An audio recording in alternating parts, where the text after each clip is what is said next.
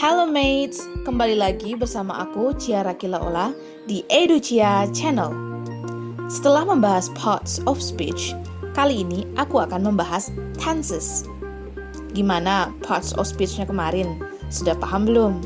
Kalau sudah paham, kita bisa lanjut ke materi selanjutnya nih, yaitu tenses. Tapi satu-satu ya, supaya teman-teman lebih paham akan materinya. Kenapa sih harus belajar tenses? Karena dalam bahasa Inggris, tense merupakan aturan dalam membuat kalimat. Jadi, kalau teman-teman ingin membuat kalimat dalam bahasa Inggris, mengetahui aturan dan cara pemakaiannya harus dikuasai terlebih dahulu. Selain aturan dalam menulis maupun berbicara, mengetahui waktu yang tepat dalam kalimat yang tepat juga harus dikuasai.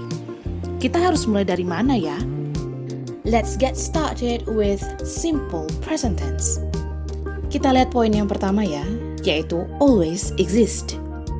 In general, the simple present tense expresses events or situations that always exist, whether it is in the past, now, or in the future. Artinya, simple present tense menyatakan suatu situasi atau keadaan yang selalu digunakan dan tidak mengenal waktu. Bisa dalam masa sekarang, dulu, atau yang akan datang. Yang kedua, yaitu facts or permanent situations. Artinya, simple present tense menunjukkan suatu hal yang nyata, mempunyai bukti, dan digunakan dalam waktu yang lama. Maka dari itu, simple present tense sering bahkan wajib digunakan dalam scientific truth atau kebenaran ilmiah, general knowledge atau pengetahuan umum, thesis, skripsi, research, penelitian, dan esai atau essay. Yang ketiga adalah things that happen repeatedly or habitually all the time. Menunjukkan kebiasaan yang sering dilakukan berulang-ulang. Suatu kebiasaan yang terjadi berulang kali seperti hobi, pergi ke sekolah, membersihkan rumah, dan lain sebagainya. Yang terakhir adalah demonstrations, yang artinya menunjukkan sesuatu atau pertunjukan. Dan series of events, menunjukkan serangkaian peristiwa. Setelah mengetahui kegunaan dari simple present tense, mari kita kaji lebih jauh mengenai apa sih rumus atau aturan dari simple present tense. Setiap subjek yang dimulai dari I, saya, you, kamu, they, mereka, atau we, kita, atau kami, ataupun dalam bentuk plural form, atau dalam bentuk jamak. Menggunakan rumus subject plus verb one or infinitive, atau subjek ditambah dengan kata kerja dasar. Masih ingat kan apa itu kata kerja? Kalau belum ingat, teman-teman boleh lihat video aku yang sebelumnya ya, mengenai parts of speech. Kita langsung lihat pada contoh nomor 1. They play football. Mereka bermain bola kaki. They merupakan salah satu subjek yang aku sebutkan di atas ya. Jadi harus diikuti dengan verb one atau kata kerja dasar, yaitu play, bermain. Jadi they play football merupakan contoh dari simple present tense. Yang kedua yaitu the cats are white. Kucing-kucing itu berwarna putih. The cats di sini menunjukkan plural form atau kata jamak. Dari mana kita bisa tahu jamak? Karena ada s setelah kata noun. Jika countable noun atau benda yang bisa dihitung ditambah dengan huruf s, berarti benda-benda tersebut tergolong banyak atau jamak. Maka dari itu kita menambahkan r karena menunjukkan sifat dari kucing tersebut adalah berwarna putih. R, jika kamu lihat di penjelasan parts of speech, merupakan bentuk dari state of being. Verb yang dalam bentuk state of being atau menunjukkan kedudukan. Menunjukkan suatu hal tersebut adalah nyata adanya dan dapat dilihat. Yang ketiga adalah I work. Saya bekerja. I, sudah disebutkan subjek yang di atas kan. Kalau I, itu masuk dalam rumus subject plus verb one. I work. Work atau dalam bahasa Indonesia bekerja adalah kata kerja dasar atau kata kerja satu. Yang keempat yaitu we both like ice cream. Kita berdua menyukai es krim. We both menunjukkan subjek yang kusebutkan di atas ya, yaitu we. We both, kita berdua, like, menyukai, yaitu verb one, kata dasar. Dan yang terakhir yaitu ice cream. Lalu football, white, atau ice cream ini masuk dalam apa? Kalau nomor 1, football masuk dalam noun. Karena kata kerja biasanya hanya diikuti oleh noun, adverb, ataupun adjective. Yang kedua adalah white. White merupakan kata sifat atau adjective. Dan kata sifat biasanya didahului oleh to be, is, am, are. Maka dari itu, to be, is, am, are tidak diikuti oleh verb ya, melainkan adjective ataupun adverb. Bisa juga noun yang udah kusebutkan di nomor 1. Ingat ya, to be tidak diikuti oleh verb. Kecuali verb ing nih. Nah, itu nanti ya di penjelasan yang selanjutnya. Selanjutnya, subjek yang dimulai dengan he, dia, laki-laki, she, dia, perempuan, atau it, benda mati atau hewan. Atau, kita lihat dalam kurung, third person singular form. Maksudnya adalah orang ketiga dalam bentuk tunggal. Rumus subjek-subjek ini dalam simple present tense adalah subject plus verb one plus s o es. So, kalau teman-teman menemukan he, she, it, atau orang ketiga dalam bentuk tunggal, verb one dalam simple present tense-nya wajib ditambahkan s atau es. Kita langsung lihat ke contoh yang pertama, yaitu she works in my office. Dia bekerja di kantorku. She merupakan subjek yang udah aku sebutkan tadi ya. Berarti kata kerjanya diikuti oleh s atau es. Work merupakan verb one atau kata kerja dasar yang ditambah dengan s karena subjeknya she. So, she works. Dia bekerja. Yang kedua yaitu Lenny reads a book. Lenny membaca sebuah buku. Walaupun Lenny tidak masuk dalam he, she, atau it, tetapi di sini Lenny masuk dalam third person singular form atau orang ketiga dalam bentuk tunggal. Jadi kalau nama-nama orang atau nama kamu, nama temenmu, nama orang tuamu, nama kakakmu, nama abangmu selalu dimasukkan dalam third person singular form. Setelah kata Lenny terdapat kata kerja dasar yaitu read. Read ditambah dengan s. Jadi Lenny reads a book. Yang ketiga yaitu it runs away. Itu berlari jauh atau itu sudah berlari dengan jauh. Away itu kan jauh ya. Jadi it di sini bisa hewan. Ya pasti hewan. Nggak mungkin benda mati bisa lari kan. It subjek yang udah aku sebutin yaitu diikuti oleh verb one ditambah s. It runs away. Yang keempat yaitu something happens for a reason. Sesuatu terjadi karena alasan. Bukan. Sesuatu terjadi karena ada alasannya. Iya, gitulah kira-kira ya teman-teman. Aku kurang pandai untuk mentranslatekan sesuatu. Jadi, something di sini merupakan kata ganti dari it. Something ini kan sesuatu ya. Berarti it. Itu kata gantinya. Berarti kata kerja yang diikuti oleh something itu selalu diikuti oleh s dalam simple present tense.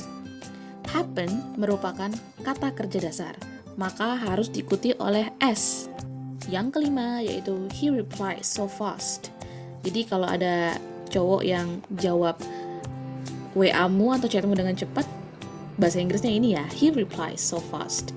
Dia menjawab dengan cepat, sangat cepat. Atau nggak harus juga dengan chat, tapi bisa ngomong dengan langsung juga bisa. He merupakan salah satu subjek yang udah aku sebutin tadi, selalu diikuti oleh verb yang ditambah s atau is. Kali ini verbnya ditambah is ya, karena ujungnya y. Kata kerja awalnya yaitu reply. Setelah ini akan kubahas lebih lanjut mengenai is. Menjawab pertanyaan yang tadi, mungkin teman-teman ada yang bertanya, kata kerja apa sih yang diikuti oleh S? Atau kata kerja apa sih yang diikuti oleh IS? Mungkin teman-teman udah familiar dengan kata-kata yang diakhiri dengan, maksudnya kata kerja yang diakhiri dengan S. Tetapi, bagaimana dengan IS? Nah, di sini aku akan jelasin nih. Verbs ending in consonant Y. Jadi, kata kerja yang diakhiri oleh huruf Y itu ditambahi oleh I and ES. Jadi setiap kata kerja yang diakhiri oleh huruf Y selalu ditambahkan huruf I dan ES. Kita lihat contoh yang pertama. Cry, ujungnya Y kan? Berarti kalau di simple present tense, jika subjeknya he, she, it atau orang ketiga bentuk tunggal, diikuti oleh I, E, S. Lihat kata yang kugaris bawahi ya, yaitu cries. Yang kedua yaitu hurry, ujungnya Y lagi. Jadi,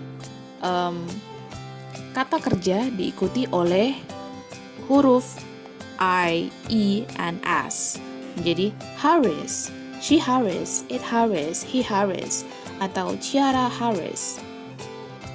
Yang ketiga yaitu reply, replies. Lihat kata yang kugaris bawahi ya teman-teman. Jadi Y-nya diganti oleh I, E, dan S. Yang keempat yaitu fly, menjadi flies. Satu lagi nih yang perlu diingat, yaitu verbs ending in S, Z, CH, SH, and X itu ditambah dengan ES to infinitive. Ditambah dengan kata ES dalam kata kerja dasar. Jadi, kata kerja yang diakhiri dengan S, Z, CH, SH, atau X itu ditambahi dengan ES. Kita lihat contoh yang pertama. Watch, watches. Push, pushes. Miss, misses. Quiz, quizzes. Namun, ada beberapa exceptions atau pengecualian yang terdapat pada have, has, go, goes, and do, does. Have diikuti oleh subjek I, you, they, we, atau plural, bentuk jamak. Sedangkan has diikuti oleh she, he, it, atau orang ketiga, bentuk tunggal. Kita lihat contohnya ya teman-teman, yaitu it has. Tetap pakai has ya teman-teman, tidak hasses. Itu salah besar. Jadi kalau subjeknya she, he, it atau third person singular form menggunakan has. Yang kedua yaitu go menjadi goes. She goes.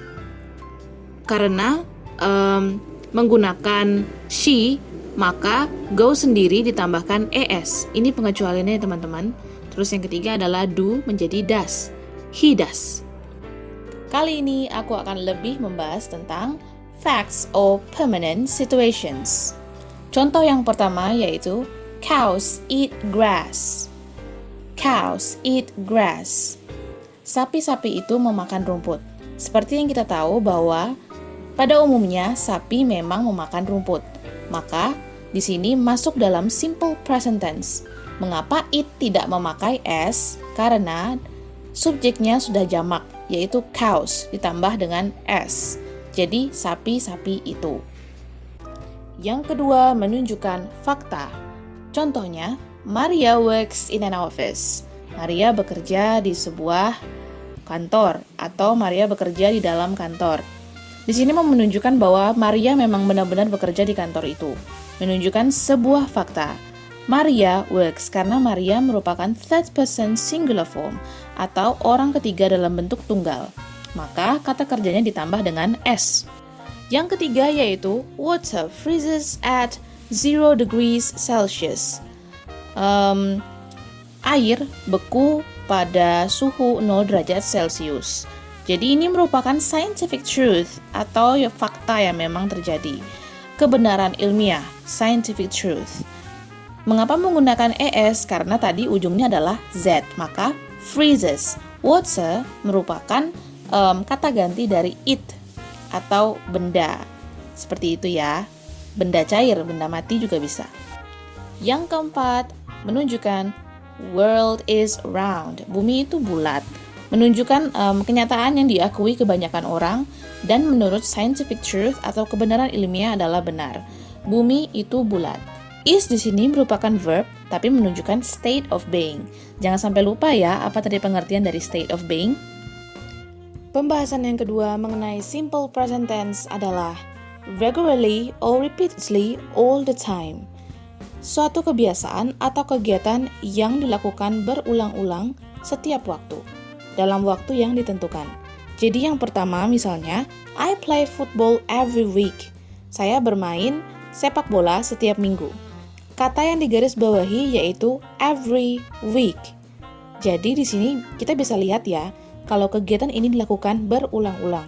Jadi teman-teman harus memakai simple present tense. Contoh yang kedua yaitu my father washes his car twice a month. Ayah saya mencuci atau membersihkan mobilnya setiap 2 kali 1 bulan. 2 kali dalam sebulan. My father washes. My father merupakan orang ketiga bentuk tunggal, maka wash kata kerja yang berakhiran sh ditambah dengan es. Maka my father washes his car twice a month. Twice a month itu sama dengan every week, menunjukkan suatu kebiasaan yang diulang. Yang ketiga sama, Sam goes to school every day. Sam pergi ke sekolah setiap hari.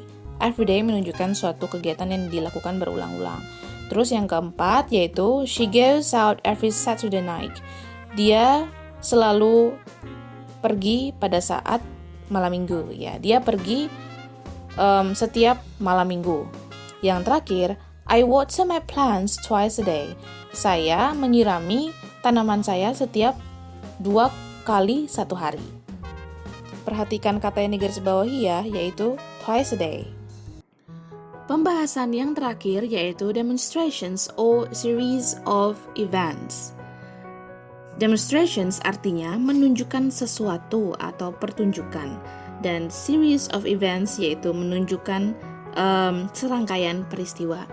Misalnya, saya kasih contoh nomor 1, live commentary on football match. Kalau kita biasanya lihat pemandu acara yang di football match itu atau pertandingan sepak bola, live commentary yang biasanya ini misalnya melewati ini, terus John sedang membawa bola dan sebagainya macam. Nah itu biasanya dan sering menggunakan simple present tense.